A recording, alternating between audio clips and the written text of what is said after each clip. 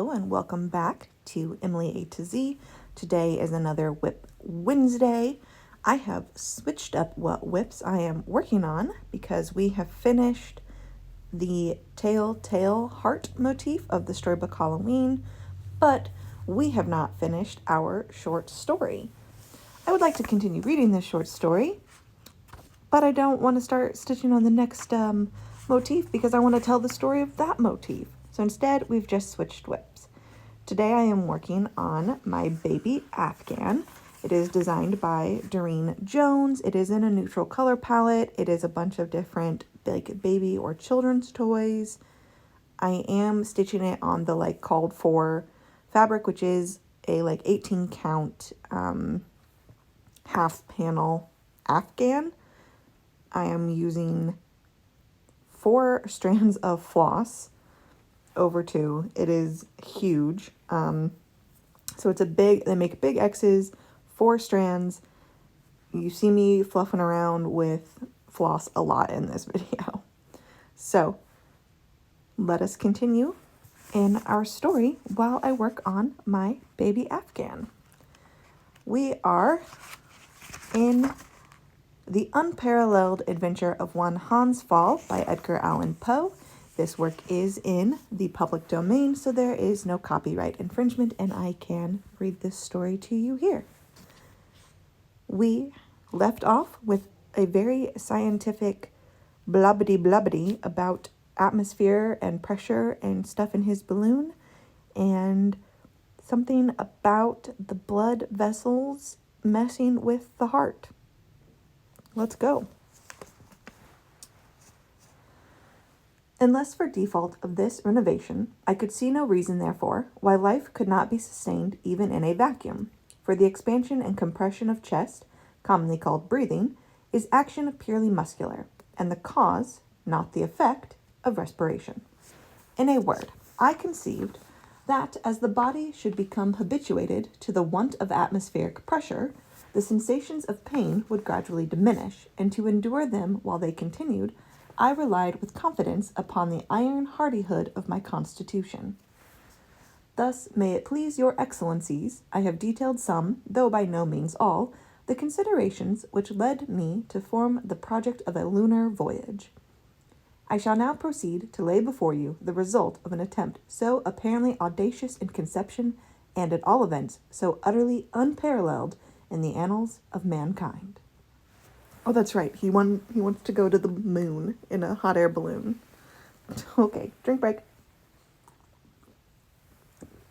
Today I have a Dr. Pepper. Having attained the altitude before mentioned, that is to say, 3 miles and 3/4, I threw out from the car a quantity of feathers and found that I still ascended with sufficient rapidity. There was, therefore, no necessity for discharging any ballast. I was glad of this, for I wished to retain with me as much weight as I could carry, for the obvious reason that I could not be positive either about the gravitation or the atmospheric density of the moon. I as yet suffered no bodily inconvenience, breathing with great freedom, and feeling no pain whatever in the head. The cat was lying very demurely upon my coat, very demure, very mindful. Sorry. The cat was laying very demurely upon my coat, which I had taken off, and eyeing the pigeons with an air of nonchalance. These latter, being tied by the leg to prevent their escape, were busily employed in picking up some grains of rice scattered for them in the bottom of the car. At 20 minutes past 6 o'clock, the barometer showed an elevation of 26,400 feet, or 5 miles to a fraction. The prospect seemed unbounded. Indeed, it is very easily calculated by means of spherical geometry how great an extent of the earth's area I beheld. The convex surface of any segment of a sphere is, to the entire surface of the sphere itself, as the versed sine of the segment to the diameter of the sphere.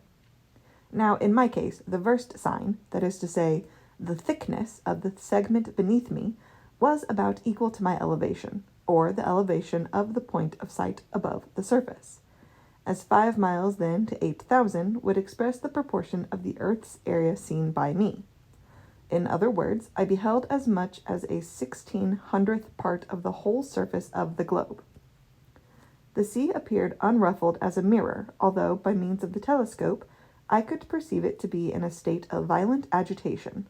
The ship was no longer visible, having drifted away, apparently to the eastward. I now began to experience, at intervals, severe pain in the head, especially about the ears. Still, however, breathing with tolerable freedom. The cat and pigeons seemed to suffer no inconvenience whatsoever. At 20 minutes before 7, the balloon entered a long series of dense cloud, which put me to great trouble by damaging my condensing apparatus and wetting me to the skin. This was, to be sure, a singular rencontre, for I had not believed it possible that a cloud of this nature could be sustained at so great an elevation.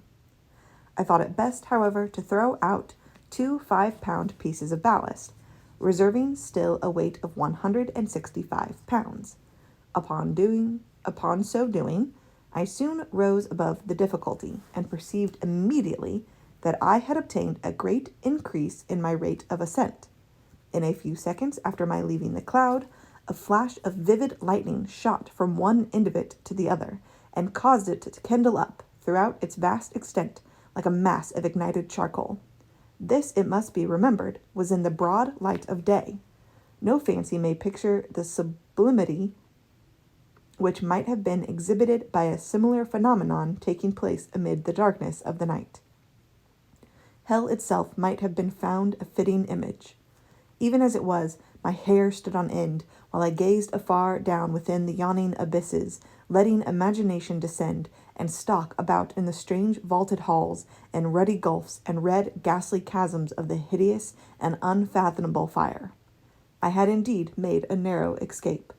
Had the balloon remained a very short while longer within the cloud, that is to say, had not the inconvenience of getting wet determined me to discharge the ballast, my destruction might, and probably would, have been the consequence. Such perils, although little considered, are perhaps the greatest which must be encountered in balloons.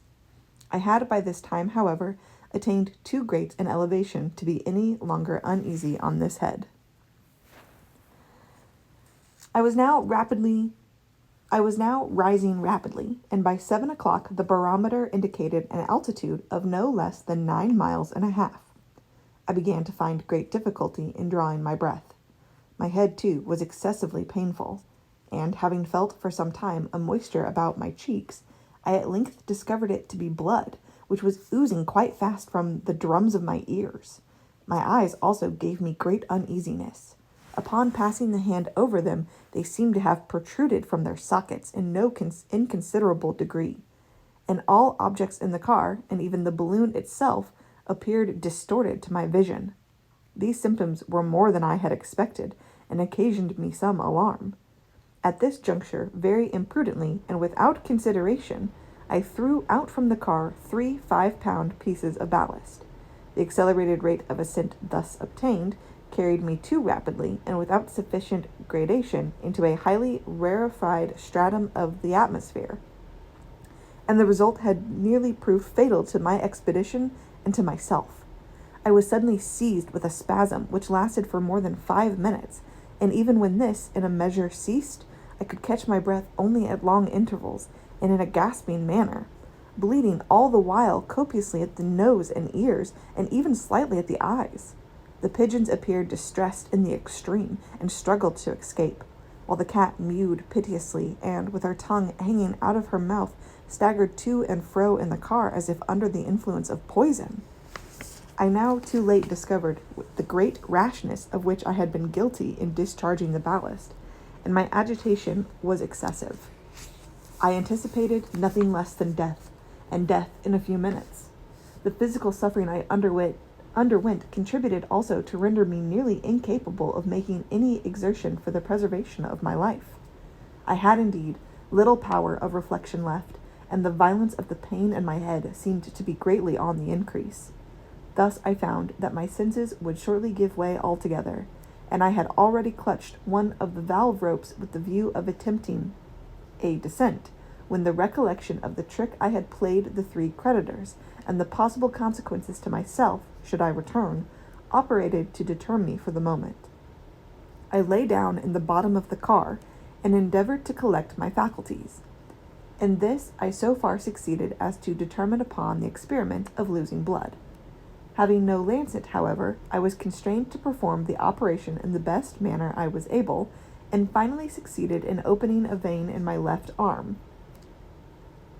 I'm going to pause here and just put in, I know it's a little late, but I'm putting in a trigger warning because I believe he is going to go in a little bit more detail about this procedure of cutting himself and bleeding. So just aware. Having no lancet, however, I was constrained to perform the operation in the best manner I was able, and finally succeeded in opening a vein in my left arm with the blade of my penknife.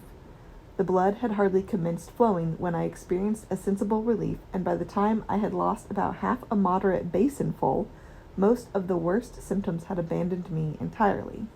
I nevertheless did not think it expedient to attempt getting on my feet immediately, but having tied up my arm as well as I could, I lay still for about a quarter of an hour.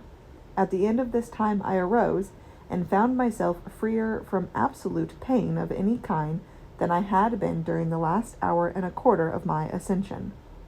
The difficulty of breathing, however, was diminished in a very slight degree, and I found that it would soon be positively necessary to make use of my condenser.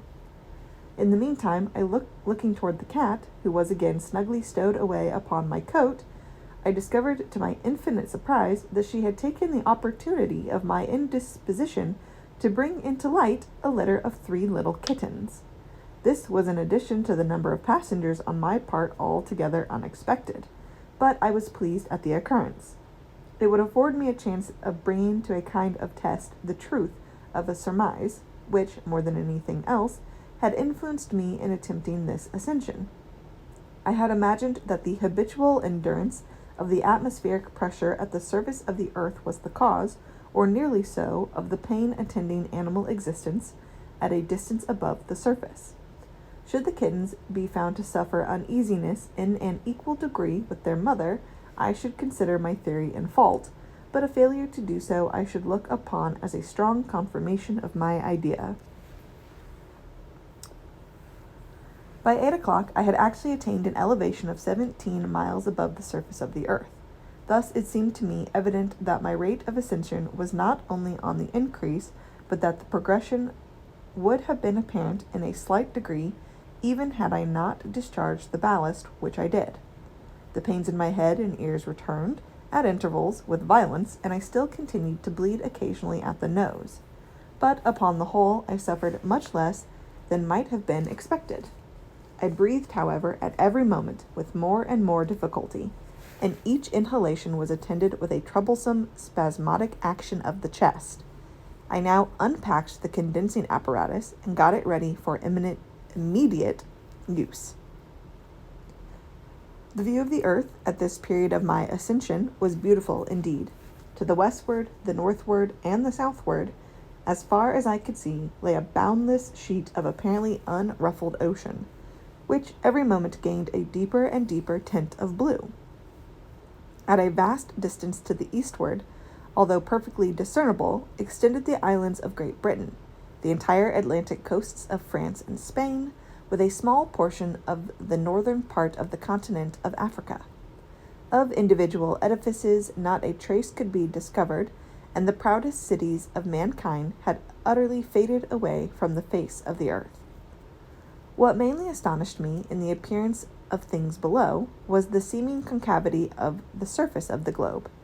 I had, thoughtlessly enough, expected to see its real convexity become evident as I ascended, but a very little reflection sufficed to explain the discrepancy. A line, dropped from my position perpendicularly to the earth, would have formed the perpendicular of a right-angled triangle, of which the base would have extended from the right angle to the horizon, and the hypotenuse from the horizon to my position. But my heart was little or nothing in comparison with my prospect. But my height, I said height, right? But my height was little or nothing in comparison with my prospect. In other words, the base and hypotenuse of the supposed triangle would, in my case, have been so long when compared to the perpendicular that the two former might have been regarded as nearly parallel. In this manner, the horizon of the aeronaut appears always to be upon a level with the car. But as the point immediately beneath him seems and is at a great distance below him, it seems, of course, also at a great distance below the horizon. Hence the impression of concavity, and this impression must remain until the elevation shall bear so great a proportion to the prospect that the apparent parallelism of the base and hypotenuse disappears.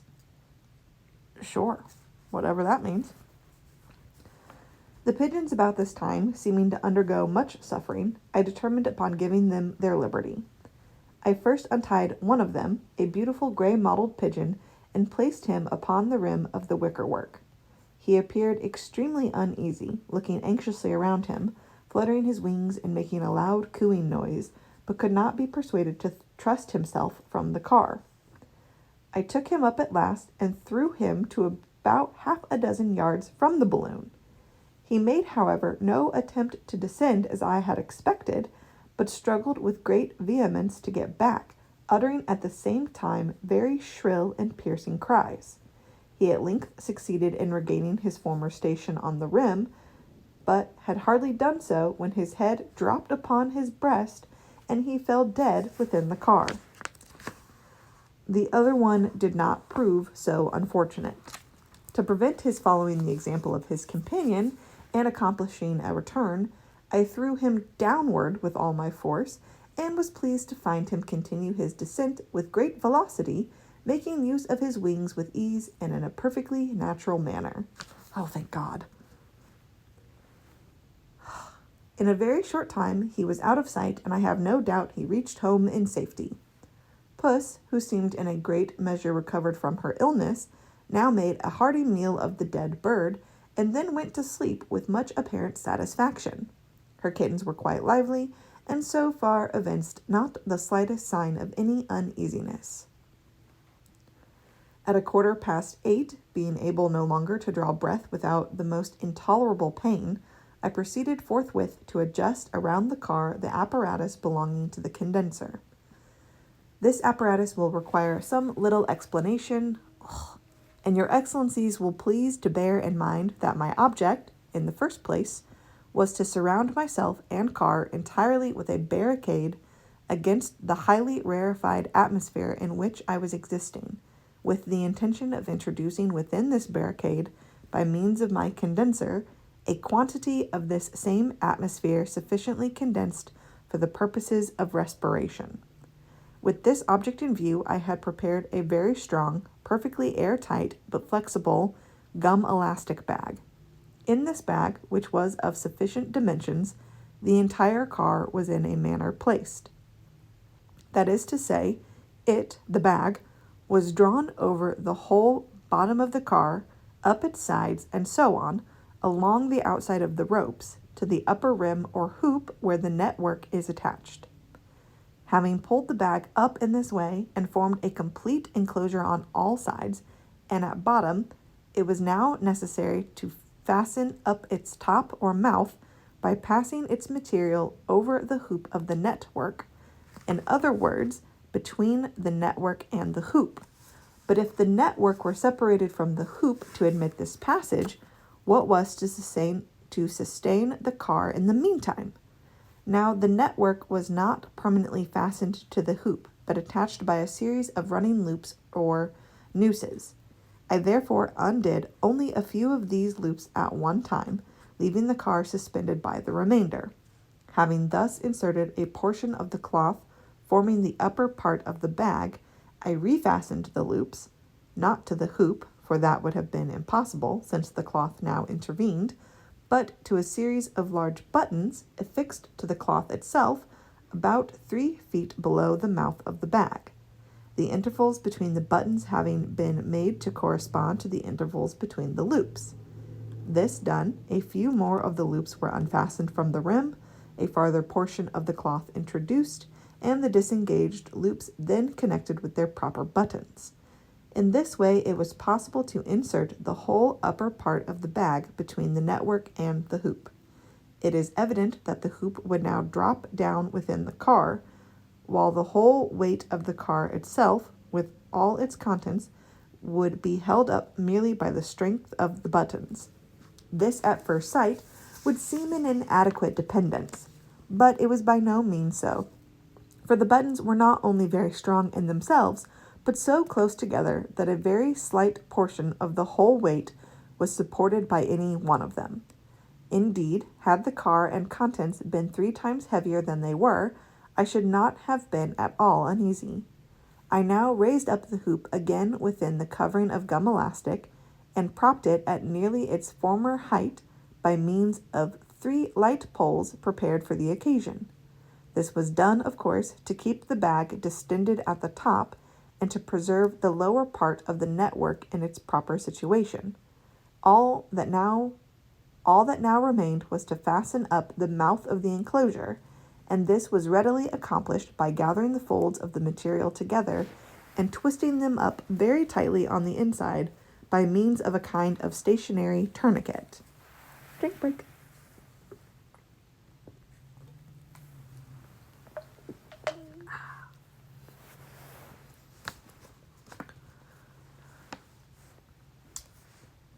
In the sides of the covering thus adjusted round the car had been inserted 3 circular panes of thick but clear glass, through which I could see without difficulty around me in every horizontal direction. In that portion of the cloth forming the bottom was likewise a 4th window of the same kind and corresponding with a small aperture in the floor of the car itself. This enabled me to see perpendicularly down, but having found it impossible to place any similar contrivance overhead, on account of the peculiar manner of closing up the opening there, and the consequent wrinkles in the cloth, I could expect to see no objects situated directly in my zenith. This, of course, was a matter of little consequence, for had I even been able to place a window at top, the balloon itself would have prevented my making any use of it. Obviously. About a foot below one of the side windows was a circular opening, 3 inches in diameter, and fitted with a brass rim adapted in its inner edge to the windings of a screw. In this rim was screwed the large tube of the condenser, the body of the machine being, of course, within the chamber of gum elastic. Through this tube a quantity of the rare atmosphere circumjacent being drawn by means of a vacuum created in the body of the machine was thence discharged in a state of condensation to mingle with the thin air already in the chamber. This operation being repeated several times, at length filled the chamber with atmosphere proper for all the purposes of respiration, but in so confined a space it would in a short time necessarily become foul and unfit for use from frequent contact with the lungs. It was then ejected by a small valve at the bottom of the car, the dense air readily sinking into the thinner atmosphere below. To avoid the inconvenience of making a total vacuum at any moment within the chamber, this purification was never accomplished all at once, but in a gradual manner, the valve being opened only for a few seconds, then closed again, until 1 or 2 strokes from the pump of the condenser had supplied the place of the atmosphere ejected. For the sake of equipment, I had put the cat and kittens in a small basket and suspended it outside the car to a button at the bottom close by the valve, through which I could feed them at any moment when necessary. Wait, he put the cat outside of it?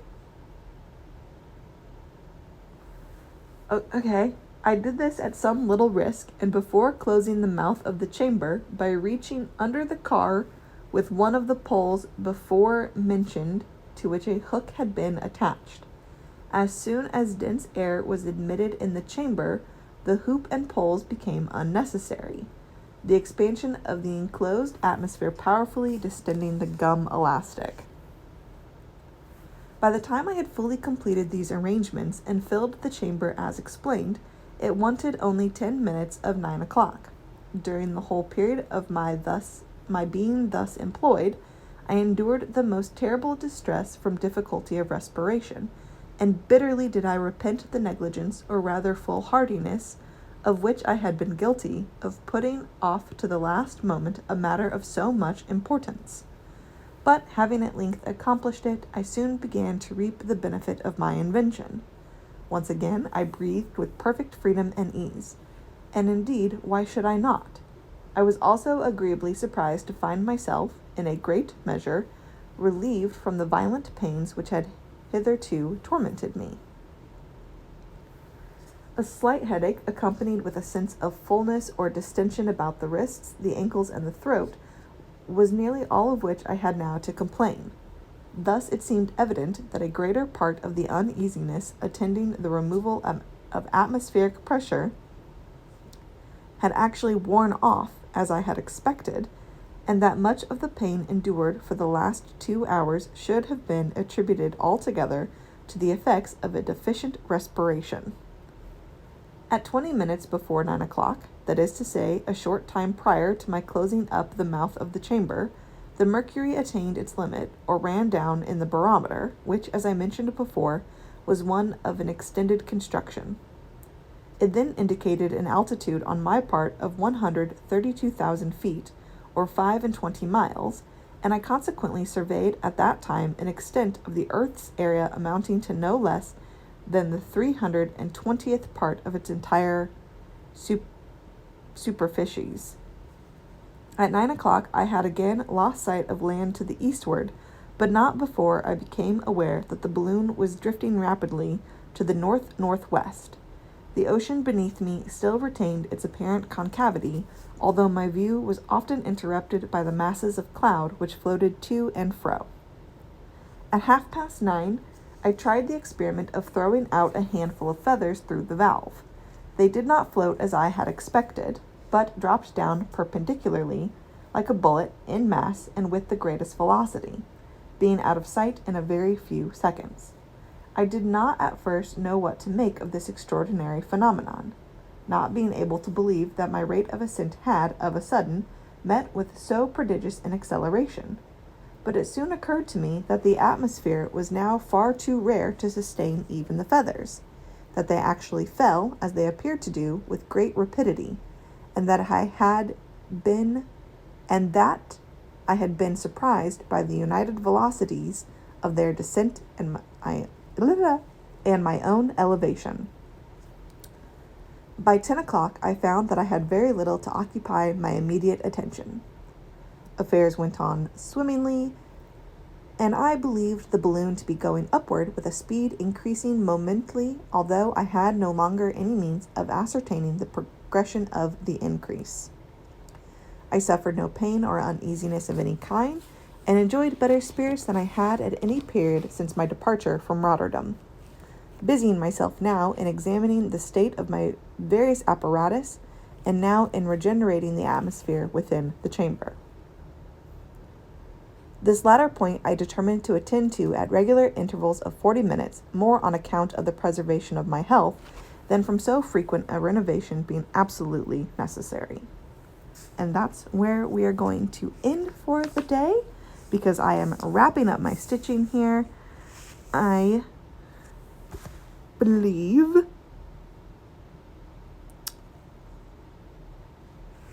I think I still kind of putter around a little bit, but I'm going to stop here because sometimes these sentences get a little wonky.